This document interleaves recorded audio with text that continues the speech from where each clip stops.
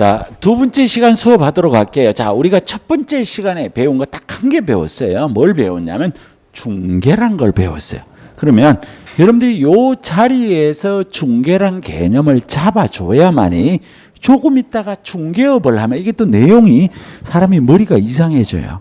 자, 중개라고 하는 것은 법 제3조에 나오는 중개 대상물에 대하여 거래 당사자 간의 매매, 교환, 임대차 그 밖의 권리의 득실 변경을 알선하는 걸 뭐라고요? 중개. 자, 요 중개 대상 권리에는 지상권, 지역권, 전세권이 들어가요. 요게 유치권은 성립은 안 되어요. 이전은 가능해요.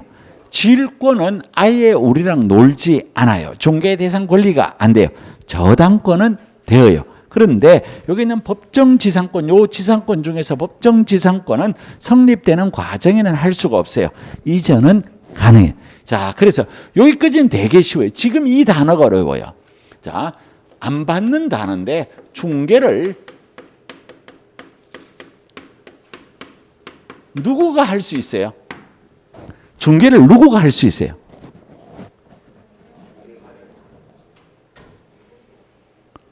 이게 어려운 거야. 여러분들이 조문을 다시 볼게요. 조문을 다시 보고 여기서 찾아야 돼요. 이제는 여러분들의 생각이 수험생 모드로 바뀌어야 돼요. 이제는 수험생이에요. 공부하는 사람이에요.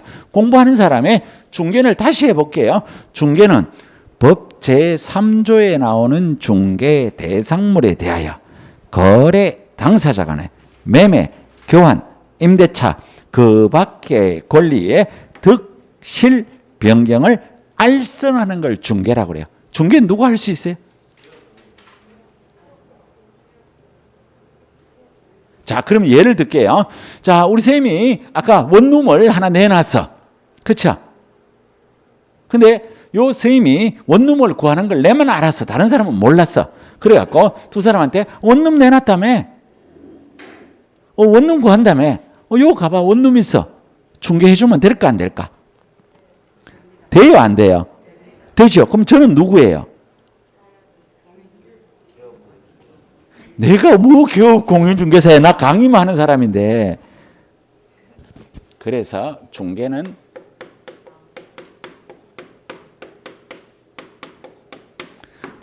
누구나 아무나 할 수 있어요. 여러분들도 할 수 있어요. 중개는 누구 한다고? 누구나 아무. 여기에 누구가 해야 된다는 말이 없잖아요. 이해되죠? 요게요. 요거를 이해해야만 이제 두 번째 중개업으로 갑니다. 요거는 확실하게 달라져요. 요거는 중개고, 요게 뭐예요? 중개업이에요. 여러분들이 공부는 그냥 여러분들이 알고 있는 대충 알아서 시험을 치는 게 아니에요. 포인트를, 이거는 여기까지는 대충. 요거는 중간 정도. 요게 진짜란 말이에요. 요게 진짜. 요게 진짜예요. 자, 그럼 이제 우리가 중개업을 가볼게요. 자, 우리 교재 30쪽. 자, 교재 30쪽. 새파란 네모 2번 뭐가 나와요? 중개업. 자, 중개업이라 하면 자, 다른 사람의 의뢰에 의하여. 찾았죠? 두 번째, 일정한 보수를 받고. 세 번째, 중개를 업으로 하는 걸 말한다. 이렇게 돼 있어요. 자, 그러면 요게 법조문에는 이렇게 있는데 요걸 세 개로 나누어요. 자, 세 개를 나누면 자, 그 밑에 가니까 양갈로 1번에 뭐가 나와요? 다른 사람의 의뢰. 찾았죠? 자, 그 다음 밑으로 내려옵니다. 양갈로 2번으로 내려옵니다. 뭐라고? 일정한 보수를 받고. 세 번째 뭐가 나와요? 중개를 업으로 행할 것. 이렇게 돼 있어요. 자, 그러면 봐요. 자, 이 중개업이라고 하는 것은 첫 번째, 다른 사람의 의뢰입니다. 그럼 다른 사람의 의뢰가 뭐 별거냐? 아무것도 아니에요. 여러분들이 중개사무소에 가서 제 집 하나 팔아주세요라고 하면 다른 사람의 의뢰가 있는 거예요. 내 집 하나 사주세요. 뭐요? 다른 사람의 의뢰가 있는 거예요. 자, 두 번째, 일정한 보수를 받고. 세 번째, 중개를 업으로 행하는 걸 말한다. 이렇게 돼 있어요. 맞죠? 그렇습니다. 그러면 여러분들한테 제가 아까 말씀드린 게 뭐냐면 이제는 여러분들이 수험생 모드로 가야 되는 거예요. 그러면 제가 요 번호를 붙여놓은 거는 편리상 붙여놓은 것이고 법조문에는 다른 사람의 의뢰에 의하여 일정한 보수를 받고 중개를 업으로 행하는 걸 말한다 그랬다. 요 세 개가 다 합쳐져야만이 뭐예요? 중개업이에요. 자, 요 다음 말이 중요해요. 요 다음 이거까지는 누구나 알아요. 그래서 수업 시간에 집중해서 요런 거는 이해라고 표현하는 거예요. 요거는 이해예요. 이해를 한다면 이걸 외우셔야 돼요. 그러면 요 중에서 다른 사람의 의뢰는 사주세요, 팔아주세요가 없으면 일이 시작이 안 되니까 이거 무조건 있어야 돼요. 자, 여기 가니까 일정한 보수를 뭐라고요?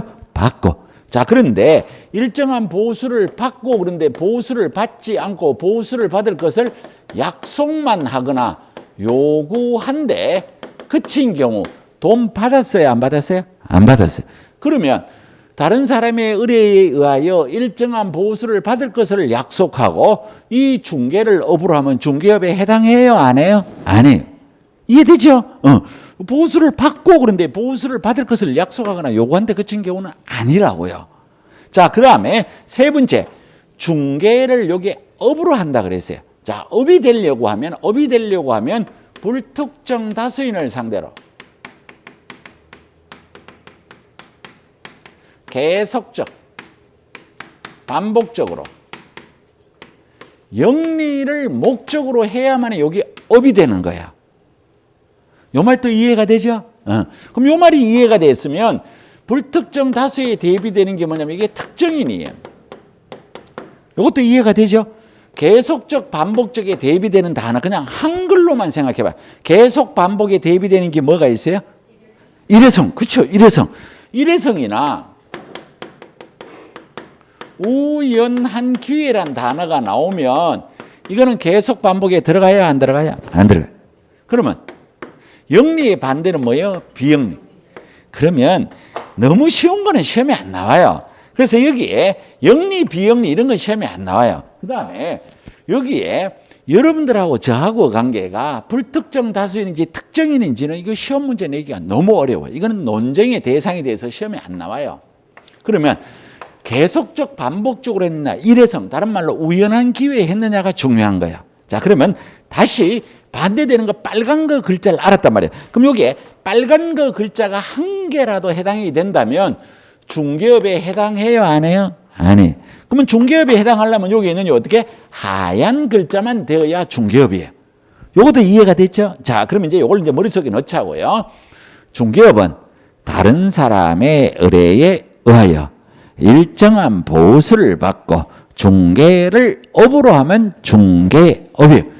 이 업이 되려면 불특정 다수인을 상대로 계속적, 반복적으로 영리를 목적으로 하면 이거는 중개업이에요. 자, 그럼 또 예를 들게요. 자, 요 계신 쌤이 부자야. 원룸이 몇 동이 있어. 그래서 한 동을 판대. 그래서 내한테 팔아달라 그랬어.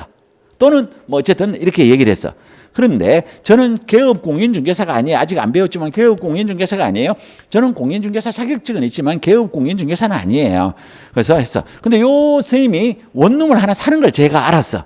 제가 어쩌다가 원룸 판다고 하는데 자, 이거 이렇게 두 사람 만나게 해서 조율을 해줬어. 그래서 중개 보수를 받았어.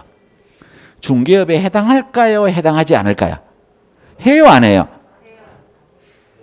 자, 그래 해요 안 해요가 처음 들으니까 틀리는 건 관계없어요. 저는 여러분들이 수업 시간에 대답을 해서 틀린다고는 단 1도 원망하지 않습니다. 수업하는 자세만 갖고 얘기하는 거예요. 왜? 몰라서 틀릴 수도 있지. 자, 그래서 또 설명을 하는 거예요. 그러다 보면 여러분들이 집에 가서 복습 안 해도 다 하는 거예요. 자, 팔아달라 그랬죠? 일정한 보수를 제가 받았어요. 500만 원을 받았어. 중개를 불특정 다수인이야. 계속적, 반복적으로 했어요. 영리를 목적으로 했어요. 요 중에서 한 개 예외가 있어요. 일회성이잖아. 그럼 일회성이면 빨간 거잖아. 빨간 거면 중개업이 아니다? 아니다. 아닌 거예요.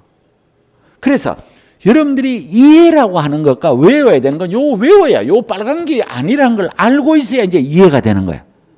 자, 그 대신 제가 이번에 또 똑같은 내용을 또 바꿔요. 원룸이 몇 동이 있어. 하나 팔아줬어. 이번엔 내가 미안해가지고 돈을 안 받아. 돈 안 받을게. 내가 팔아줄게. 자, 팔아줬어. 중개업에 해당해요? 안 해요? 안 해요. 왜 안 해요? 돈 안 받았죠.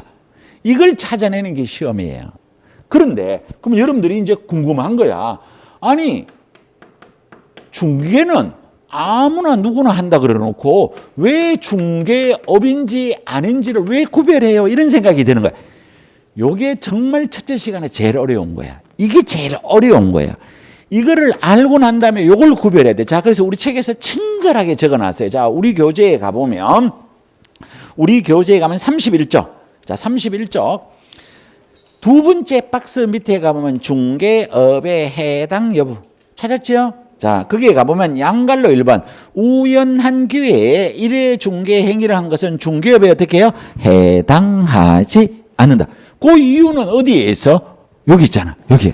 그래서 여러분들이 책을 보면서 이해를 하는데 머릿속에는 이래서는 아니다는 게 여기에 증명이 됐잖아. 그렇죠? 자, 두 번째 줄에 가보면 그러나 불법으로 중개사무소를 설치한 후 첫 번째로 이건 오늘 안 볼게요. 넘어갈게요. 이건 조금 심하다.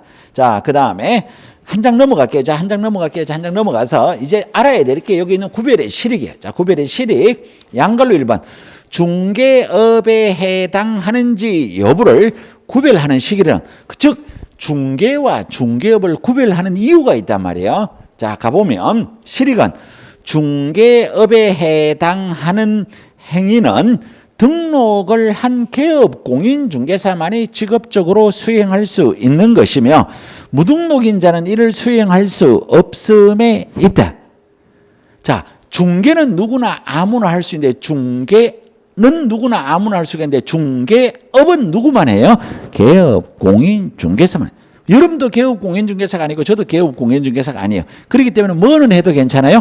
중개는 해도 괜찮아요. 중개업은 하면 돼야 안 돼요? 안 돼. 그러면 중개업이 뭐예요? 하면 여기 나와야지. 다른 사람의 의뢰에 의하여 일정한 보수를 받고 불특정 다수인을 상대로 계속적 반복적으로 영리를 목적으로 중개를 하면 이게 중개업이에요. 중개업은 오로지 누구만 해요? 개업 공인중개사만 해요. 자, 그래서 밑에 가보면 양갈로 2번 무등록으로 중개업에 해당하는 행위를 한 경우에는 무등록 중개업을 하는 자, 이른바 무등록 중개업자에 해당이 되어서 3년 이하의 징역 또는 3천만 원 이하의 벌금으로 처벌된다. 무등록이라 하더라도 그 행위가 중개업에 해당하지 아니하면 처벌되지 어떻게 해요? 아니한다. 자, 그럼 저는 무등록이에요. 등록을 안 했으니까 무등록이에요. 근데 제가 아까 한 거는 한 번 한 거는 중개업이 아니고 뭐예요? 중개. 그러니까 처벌을 안 받는 거예요. 요게 잘못하면 뒤뜰에 호박이 안 떨어져요. 머리가 띵해요. 뒤뜰에 호박이 떨어지면 아무 얘기도 아니에요. 자, 그래서 제가 여기에 뭐라고 적느냐 하면 중개업은 오직 개업 공인 중개사만이 할 수 있다. 따라서 등록하지 않는 사람이 무등록이에요. 무등록은 즉 일반인은 무등록이면 일반인이에요. 무등록은 중개업을 하면 자, 처음 듣는 글씨인데 이게 앞으로 여러분들하고 친해져야 되는 단어에 들어가는 거예요. 3년 이하의 징역 또는 3천만 원 이하의 벌금에 해당돼요. 3년 이하의 징역 또는 3천만 원 이하의 벌금 사유에 해당이 되어요. 여기에서는 3년 이하의 징역 또는 3천만 원 이하의 벌금이라는 이 단어가 여러분들하고 친해지는 게 목적이에요. 자, 그래서 여러분들이 우리 교재 32쪽인데 32쪽 페이지를 그대로 잡고 32쪽을 그대로 잡고 311쪽을 한번 가볼게요. 311쪽.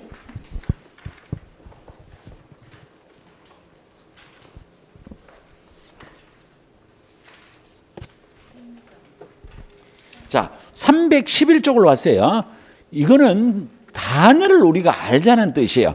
자, 311쪽에 가니까 무슨 단어가 나와요? 행정, 형벌. 자, 그 밑에 가니까 양갈로 1번에 뭐가 나와요? 3년 이하의 징역 또는 3천만 원 이하의 벌금이. 자, 거기서 책을 한 장을 넘겨봐요.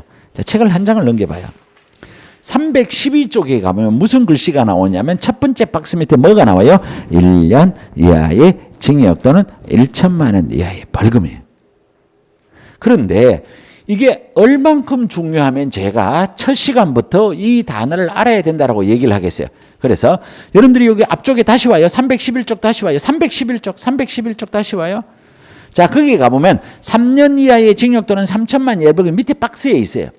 박스. 자, 거기서 뒷장의 중간까지예요. 뒷장까지 한번 넘겨봐요. 요거를 여러분들이 나중에 달달달 외워야 돼요.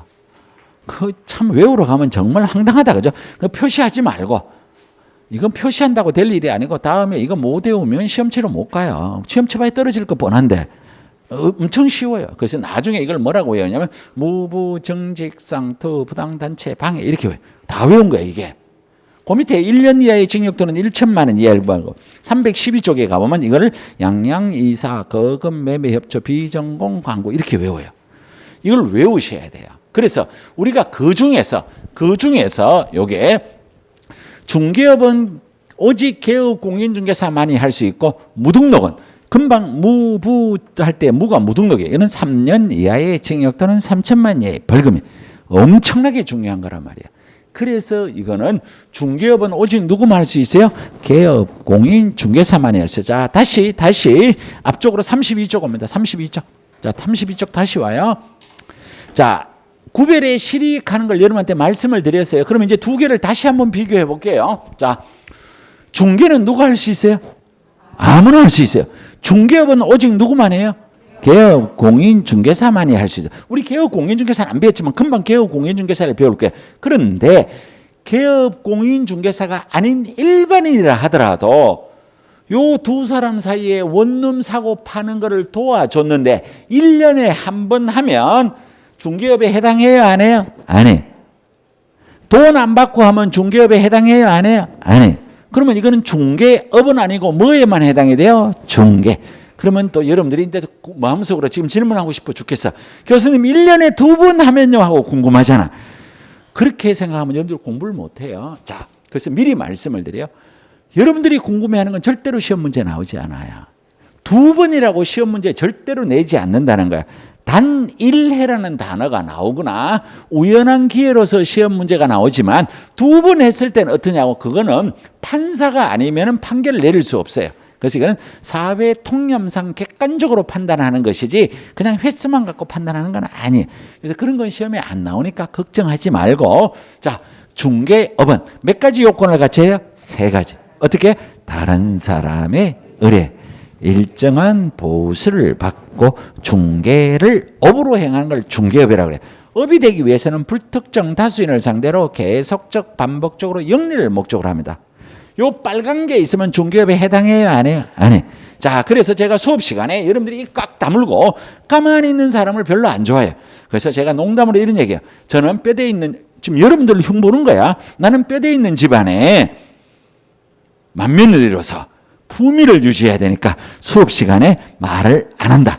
이거 하면 곤란해. 수업 시간엔 적극적으로, 자, 중개업이 뭐예요? 같이 해보는 거야. 다른 사람의 의뢰, 일정한 보수를 받고 중개를 업으로, 업이 되기 위해서는 불특정 다수인을 상대로 계속적 반복적으로 영리를 목적. 이렇게 해야 머리가 기억하는 거야. 그냥 여러분들은 지금 습관이 아직, 다른 교수님들은 워낙 성품이 좋아서 여러분들을 별로 타치 안 해요. 근데 저는 그렇게 두면 안 된다고 생각하는 사람이에요. 그래서 여러분들이 수업 시간에 이렇게 하면은, 아, 이거구나. 계속 집중을 하는 거야. 그럼 이게 쌓이면 나중에 가면 정말로 나중에 시험 합격하고 나면 입 벌린 말로 다 공인중개사법 때문에 합격해요.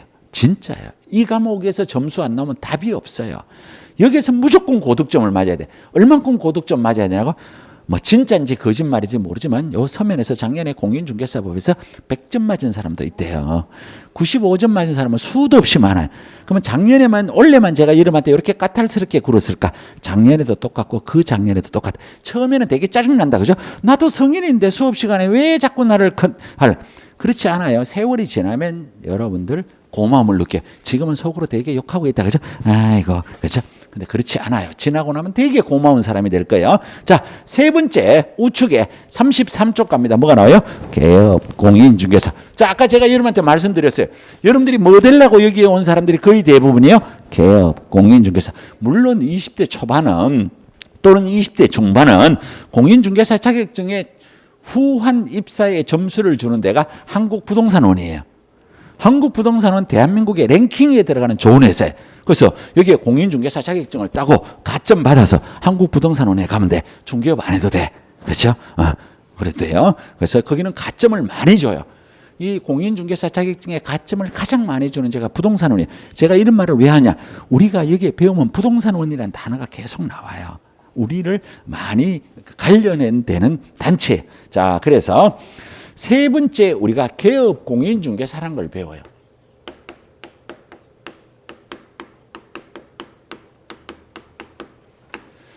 자, 우리 책을 볼게요. 자, 책을 보면 33쪽. 자, 제일 위에 가보니까 양갈로 1번에 개업 공인중개사라 하면 당연하게 무슨 법이에요? 이 법에 의하여. 당연하게 이 법 공인중개사법이죠. 이 법에 의하여 중개사무소의 개설 등록을 한 자를 말한다. 자, 여기에는 다른 말 없어요. 개업 공인중개사는 이 법에 의하여 중개사무소의 개설 등록을 한 자 이렇게 돼 있어요. 요거밖에 없어요. 이걸 개업 공인중개사라고 그래요. 그래서 통칭 이 개업 공인중개사는 누구냐면 중개사무소를 운영하는 소장님들이 이 개업 공인중개사예요. 이거는 뭐 누구나 알아요. 자, 그런데 이 개업 공인중개사의 종별에는 이 종별이 개업 공인중개사의 종류에 중개사무소를 열었다고 해서 똑같은 개업 공인중개사가 아니에요. 이 개업 공인중개사가 세 사람으로 나누어져요. 첫 번째, 공인중개사인 개업 공인중개사예요. 두 번째가 법인인 개업 공인중개사예요.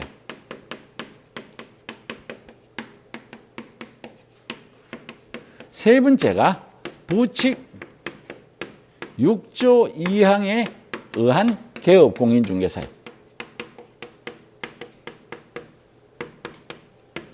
이걸 다른 말로 중개인이라고 표현을 해요. 자, 여러분들이 책에 그대로 있어. 자, 볼게요. 자, 책 한번 안 읽어주니까 막 따라 적는다. 그죠? 좀 양갈로 2번. 자, 양갈로 2번에 동글림이 1번 누가 나와요? 법인인 개업 공인중개사. 동글림이 2번에 뭐가 나와요? 공인중개사인 개업 공인중개사.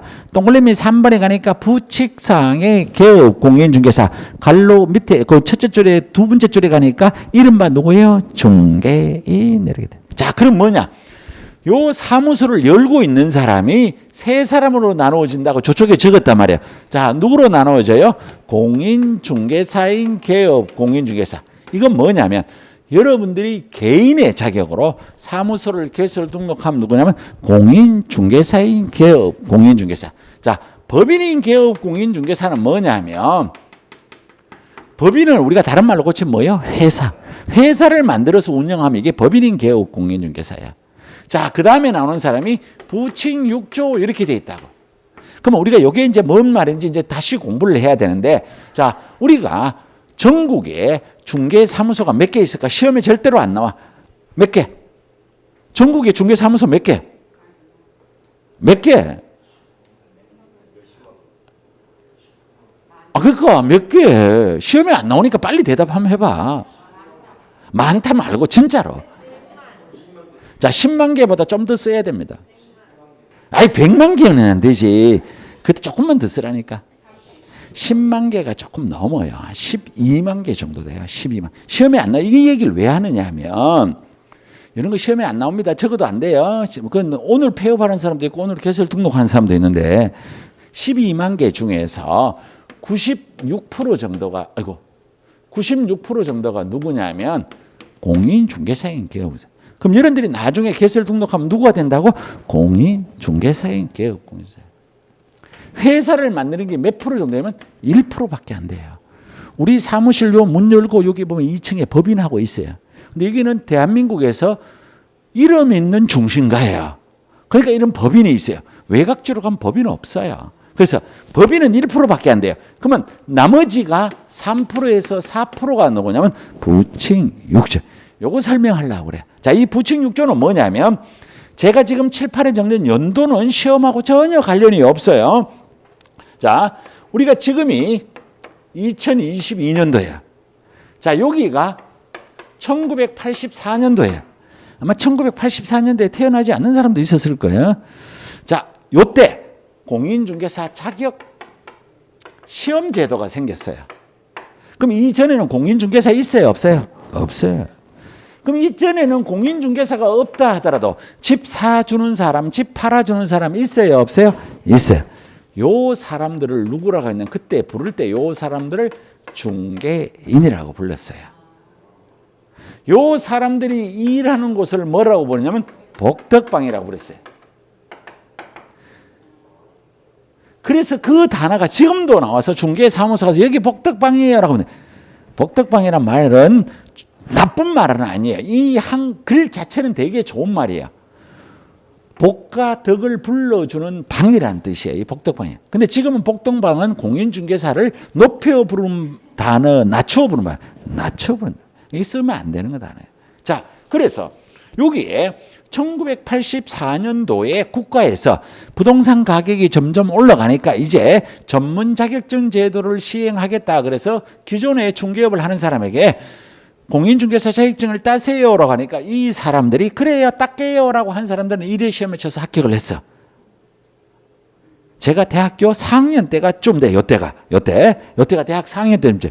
그럼 여기 계신 분 중에서 저보다 나이가 많은 사람이 있을까 말까? 없을 가능성이 더 많아요. 없을 가능성이. 자, 그래서 요 사람들에게 자격증을 따라고 하니까 착한 사람들은 그래, 국가에서 시행을 하니까 따야지 하고 땄다고. 그런데 나머지 사람들은 뭐라 그러겠어? 아니, 야가 아니 국가 보고 내 보고 자격증 따라고? 내가 지금 요때 기준이야. 지금 20년째 중개업을 하고 있는데 나보고 자격증 따라고? 나 안 딸 거야. 라고 하니까 국가에서 뭐라 그랬어? 그래. 말은 안 했지만 그래, 네 잘났다. 봐줄게. 그냥 네 중개업 계속해. 개설 등록한 것으로 봐주는 사람이 누구예요? 중개인이. 그럼 요 사람이 요때 20년 했다고 가정을 하면 20살 때 시작해도 나이가 몇 살이야? 40. 그럼 요게 84년도에 계산하기 쉽게 2024년도라고 40 더하면 나이가 몇이야? 80. 지금 여기에 계신 분들은 거의 이 나이대예요. 그러니까 지금은 사람들이 많이 계셔? 쫓게밖에 없어? 쫓게밖에 없어. 그래서 이게 3, 4% 정도밖에 안 돼요. 요게 누구라고? 부칭육조. 이 사람은 그러면 여러분들이 잘 들어야 돼. 이제 설명을 했으니까 알아들어야 돼. 이 사람은 자격증이 있어요, 없어요? 없어요. 이 사람은 자격증이 없는 사람이에요. 공인중개사 자격증이 없습니다. 그래서 요 사람은 자격증이 없기 때문에 위에 야는 공인중개사인 공인중개사 자격증이 있다는 뜻이에요. 그러면 요 위에 두 사람에 비해서 혜택이 많을까요? 제약이 많을까요? 제약이 많아요. 이게 부칭육조. 그런데 나중에 수업 시간에 제대로 안 들은 사람은 부칭육조가 뭔지 시험 치러 갈 때 묻습니다. 그렇죠? 교수님, 부칭육조가 누구예요? 그래 되는 거예요.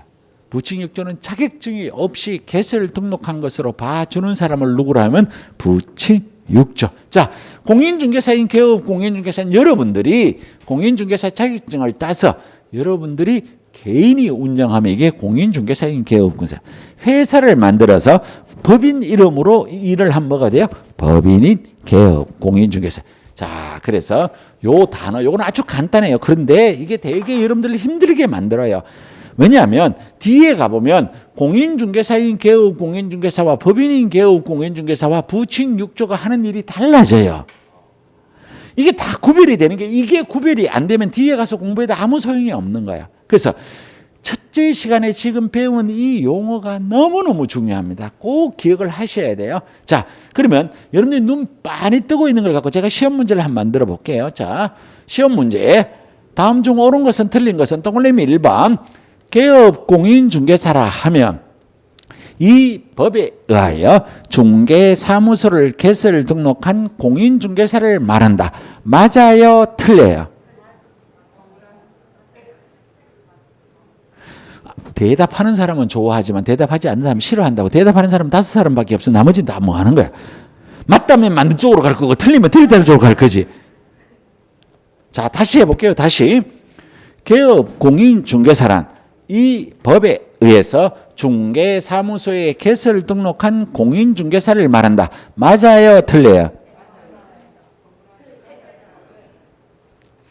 그래서 제가 수업 시간에 어떻게 해야 된다고? 눈 똑바로 뜨고 집중 안 하면 이거 공부해도 아무 소용없다고.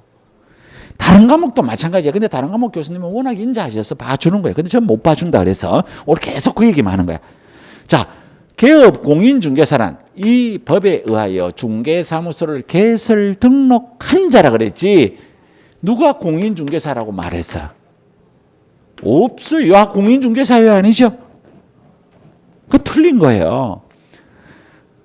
자, 개업 공인중개사란 이 법에 의하여 중개사무소에 개설 등록을 한 자인데 거기에는 공인중개사인 개업군사, 법인인 개업군사, 부칙, 육주가사 요 3명을 다 합치면 뭐가 돼요? 개업 공인중개사. 반대로 개업 공인중개사만 자동으로 3명으로 나누어져야 된다는 거예요. 이해가 돼요? 응. 그러니까 아까 지문이 맞아요? 틀려요? 틀려요. 자, 그럼 또 똑같은 걸 갖고 시험 문제 내볼게요. 개업 공인중개사란 이 법에 의하여 중개사무소에 개설 등록을 하고 중개업을 영위하는 자를 말한다. 맞아요? 틀려요? 이제 또 겁이 나니까 대답 안 해요. 그죠? 칠판에 뭐라고 적혀져 있어? 개설 등록한 자라고 돼 있지. 개설 등록하고 중개업을 영위하는 자가 어디에 있어? 없잖아요. 그러니까 이게 여러분들이 사회생활을 할 때와 시험 수험생 모두는 달라져야 되는 거야. 무슨 말인지 이해가 돼요? 그래서 여러분들이 가방만 들고 왔다 갔다 하면 자격증 주냐면 그렇지 않습니다. 자격증을 따는 확률은 학원에 나오면 한 60% 정도 가까이 나와요. 그냥 집에서 공부하면 10%도 안 나와요. 그냥 이 책만 들고 다니면 자격증 주는 거 아니에요. 그래서 여러분들이 예습은 하지 않더라도 복습을 해야 되는데 지금 다 복습을 시켜주고 있잖아. 자, 개업 공인중개사란 이 법에 의해서 뭐예요? 중개사무소에 개설 등록을 한 자 땡이에요. 뒤에 무슨 글자가 나면 무조건 틀려요. 무슨 말인지 이해가 돼요? 중개업을 영위하는 자라고 없잖아요. 이해됐나요? 그 다음에 중개사무소에 개설 등록을 한 자를 말하지 개설 등록한 공인중개사를 말한다면 야는 아니란 얘기가 되는 거예요. 이해가 되시죠? 이런 거예요. 그래서 여러분들이 처음 공부를 시작을 할 때 정확하게 다 외우지는 못하더라도 이런 뜻으로 말하는 거란 건 여러분들이 정확하게 알아두셔야 돼. 자, 그래서 용어 우리 지금 몇 개 배웠냐면 3개 배웠어. 3개. 누가? 중개, 중개업, 개업, 공인중개사. 이제 중요한 거 다 배웠어. 자, 그 다음에 이제 4번째 갑니다. 자, 4번째 가보면 공인중개사예요.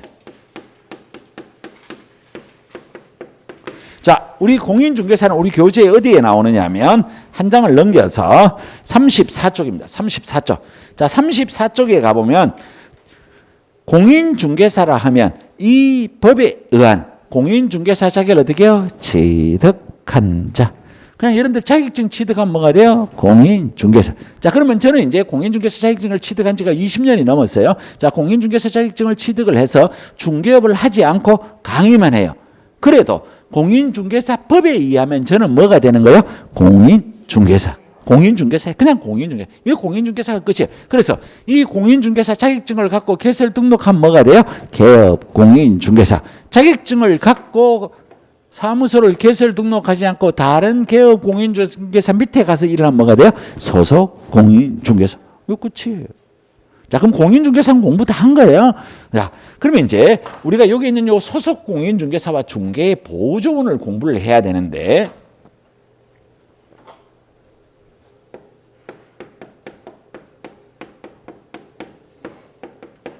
자, 5번째 소속 공인중개사와 6번째 중개 보조원.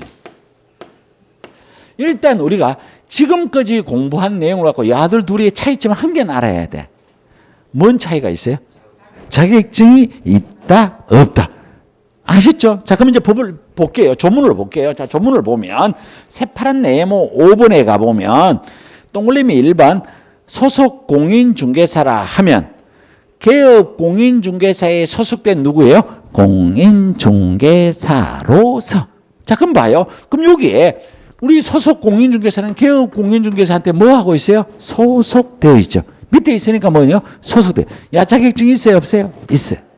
무슨 말인지 알겠죠? 이런 뜻이요. 자, 그 다음에 중개 업무를 수행하거나 개업 공인중개사의 중개 업무를 보조하는 자예요. 자, 그런데 우리 여기에 있는 이 조문이 살짝 여러분들에게 헷갈리게 만들어져 있어서 요거는 우리가 책장을 잠깐만 옮길 거예요. 몇 쪽으로 가느냐 하면 25쪽으로 갈게요. 25쪽. 자, 왜냐하면 여러분들이 헷갈릴까봐 그런 거예요. 25쪽으로 왔어요. 자, 25쪽에 있는 글자를 볼게요. 아까 있는 글자와 글자가 한 몇 자가 차이가 나요. 자, 25쪽에 제일 위에 소속 공인중개사라 하면 개업 공인중개사에 소속된 뭐예요? 공인중개사. 요건 똑같아요. 근데 우리 책에서 설명은 되어 있는데 요 갈로가 빠져 있어요. 자, 갈로에 가니까 개업 공인중개사인 법인의 사원 또는 임원으로서 공인중개사인 자를 뭐예요? 포함. 자, 이게 포함의 동그라미를 쳐줘요. 이게 아주 헷갈리는 단어예요. 그리고 여기에 가보면 여러분들이 뭐라고 되어 있냐면 개업 공인중개사인 법인의 사원 임원이라는 단어가 나와요. 이건 조금 이따가 제가 설명을 할게요. 자, 여기에 요게 포함 단어 동그라미 쳤고 중개 업무를 뭐가요? 수행 동그라미. 그 다음에 업무를 보조할 때 보조 동그라미. 자, 그러면 중요한 단어가 뭐냐면 소속 공인중개사는 공인중개사 자격증이 있고 갈로 열고 중개법인의 사원 임원으로서 공인중개사인 자를 포함해 갈로 닫고 중개 업무를 수행할 때 수행 동그라미, 중개 업무를 보조할 때 보조 동그라미. 됐죠? 자, 그럼 이제 중개보조원 가볼게요. 자, 중개보조는 그럼 뭘로 시작하겠어요? 공인중개사예요? 공인중개사가 아닌 자예요? 공인중개사가 아닌 자로서. 개업 공인중개사에 소속된 거 똑같아요. 그 다음에 중개 대상물에 대한 현장 안내 및 일반 서무 등 개업 공인중개사의 중개 업무와 관련된 단순한 업무를 보조해. 보조 동그라미. 자, 그러면 우리 위에서 봤던 것 중에 소속 공인중개사에서 동그라미를 친 게 하나가 있었어요. 뭐가 있었어요? 수행. 그런데 중개보조는 수행이라는 단어가 있어요? 없어요? 없어요. 이게 큰 차이가 나는 거예요. 이게 엄청나게 차이가 나는 거예요. 자, 요런 뜻이에요. 자, 요 원문을 봤으니까 다시 이제 우리가 뒤쪽으로 가서 자, 우리 책에 새파란 네모 5번. 자, 우리 책에서는 이걸 구별해 놔갖고 원문을 본 거예요. 34쪽입니다. 34쪽 새파란 네모 5번 소속 공인중개사. 소속 공인중개사라 하면 개업 공인중개사에 소속된 공인중개사로서 중개 업무를 수행할 때 수행 다시 한 번 더 동그라미.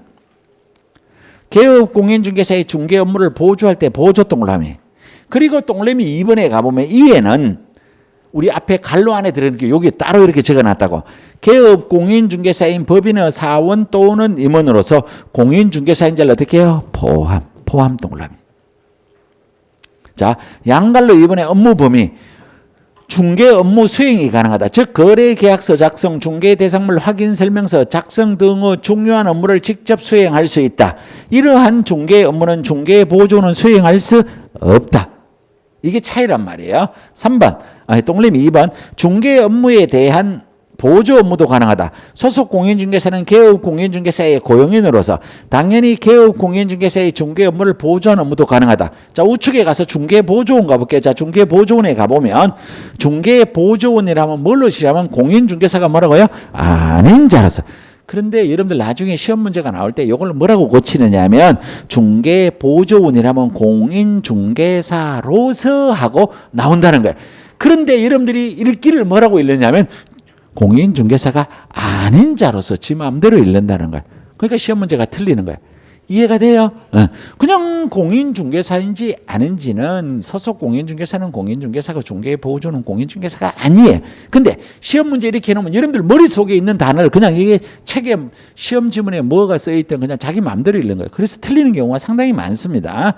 개업 공인중개사에 소속되어 중개 대상물에 대한 현장 안내 및 일반 서무 등 개업 공인중개사의 중개 업무에 관한 단순한 업무를 뭐 하는 거예요? 보조. 수행이란 단어가 나와야 안 나와요? 안 나와요. 그래서 양갈로 2번에 가면 업무 범위 중개보조원은 공인중개사 자격이 없기 때문에 거래계약서의 작성 등의 중개 업무를 수행할 수 없으며 현장 안내, 일반 서무 등 개업 공인중개사의 중개 업무와 관련된 단순한 업무를 보조하는 역할은 어떻게 해요? 그쳐야 한다. 이렇게 됐다. 그죠? 자, 그러면 이거를 우리가 이제 쭉 책을 봐서 무슨 뜻인지는 다 알고 있는 내용이에요. 자, 그러면 여기 있는 소속 공인중개사는 공인중개사 자격증이 있다. 갈로 열고 중개법인의 사원 임원으로서 공인중개사인자를 포함을 합니다. 야는 업무를 수행도 할 수가 있고 야는 업무를 보조도 할 수가 있습니다. 요 소속 공인중개사는 정의가 이렇게 되는 거야. 여기에 대비되어서 중개보조원은 공인중개사가 뭐예요? 아닌 자로서의. 야는 수행이란 단어가 나오면 돼야 안 돼요? 안 돼. 야는 보조를 할 수가 있습니다. 그러면 여기에 있는 자격증이 있고 그럼 누구나 알 수 있는 단어예요. 그런데 여기에 수행을 하느냐 못하느냐가 무슨 차이가 있느냐면 여긴 요 수행이란 단어를 이쪽으로 한번 가져와 볼게요. 자, 여기로 가져와서 이 개업 공인중개사가 우리가 소위 말하는 중개사무소를 운영하는 소장님이 하는 일 중에 중요한 거를 한번 얘기해 봐요. 여러분들이 중개사무소 소장님들이 하는 게 제일 중요한 게 뭐예요? 계약서. 그렇죠? 계약서 맞아요. 계약서 작성입니다. 또 뭘 하던가요? 계약서만 작성하나요? 계약서만 작성하나요? 계약서를 작성하려면 뭘 해야지? 말해봐. 그러니까 물건에 대해서 설명해야 돼, 안 해야 돼? 해야 돼. 이걸 확인 설명이란 말을 써요. 이걸 확인 설명이란 말을 써요. 설명하는 건 확인 설명이에요. 확인 설명한 내용을 법정 서식에 담는 게 뭐냐면 확인 설명서 작성이에요. 무슨 말인지 이해가 되나요? 네. 그래서 요 세 가지를 하는 게 제일 중요한 거예요. 그런데 요거는 누구나 할 수 있지만 소속 공인중개사는 할 수가 있어요. 중개보조는 할 수가 없어요. 그래서 요걸 뭐라고 표현하냐면 이걸 갖다가 수행이라고 표현을 하는 거야. 이렇게 되는 거예요. 이해가 되시죠? 중개보조원. 그럼 또 여러분들도 할 말 있다. 그죠? 아니 내 친구는 중개사무소에 있는데 자격증도 없는데 계약서 쓰던데 라고 자꾸 데리고 오려고 그래. 그러면 안 돼요. 법에서는 하면 안 되게끔 돼 있어. 근데 가가 위법하는 걸 내가 어떻게 하라고. 내가 일일이 돌아다니면서 잡을 수도 없고 전국에 10만 개가 있는데 돌아갈 수도 없고. 그렇죠? 그래서 하면 안 되는 거야. 자, 그래서 요거를 갖다가 계약서 작성, 확인설명서 작성, 확인설명하는 걸 이걸 갖다가 업무를 수행한다. 이걸 중개보조는 할 수가 없어요.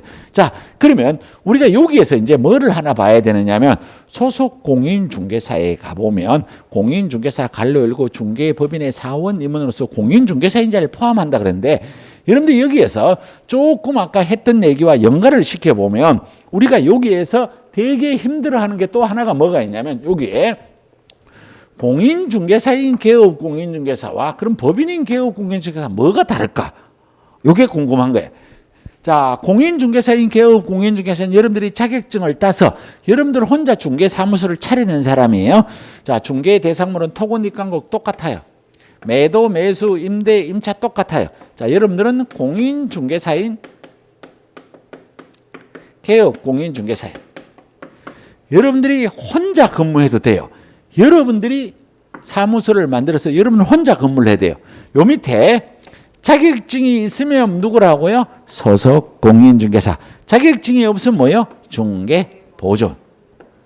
이게 공인중개사인 개업공인중개사 사무소 형태예요. 자, 그러면 법인인 개업공인중개사 사무소의 형태는 어떠냐면 이런 중개대상물은 똑같아요. 야가 법인인 개업공인중개사예요. 그리고 요 밑에 소속 공인중개사 도도 돼요. 보조원 도도 돼요. 여기까지는 똑같아요. 자, 그런데 여기서 이제 달라지기 시작해요.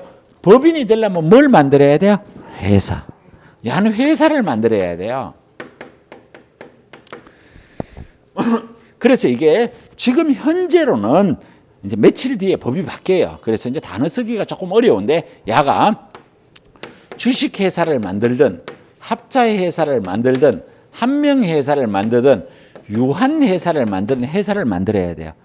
공인중개사인 개업 공인중개사는 회사 만들어야 안 만들어요? 안 만들어요. 그러면 이게 상법상의 회사 중에 대한민국의 상법상의 회사가 제일 많은 게 무슨 회사가 제일 많아요? 주식회사. 그렇죠? 요 주식회사의 대표자 말고 우리 큰 기업으로 갈게. 큰 기업의 제일 높은 사람은 회장님, 사장님이잖아. 그러면 회장님, 사장님 밑에 높은 사람을 뭐라고 불러요? 주식회사에서? 임원. 이 사람을 임원이라고 불러요. 이걸 임원이라고 불러요. 그런데 여기에는 합자회사와 한명회사의 높은 사람, 대표자 바로 밑에 있는 사람을 누구라고 부르냐면 이거를 갖다가 사원이라고 불러요. 이게 지금 여러분들 앞으로 당분간 계속 힘들게 해요. 자, 회사에 들어가면 우리가 그냥 보통 주식회사가 95%예요. 대한민국에 있는 회사의 95%가 주식회사예요. 여러분들 회사 들어가면 뭐라고 불러요? 네 글자로? 회사에 처음 들어간 사람을 네 글자로 뭐라고 불러? 신입사원. 그거랑 이거랑 같아요, 달라요? 달라요.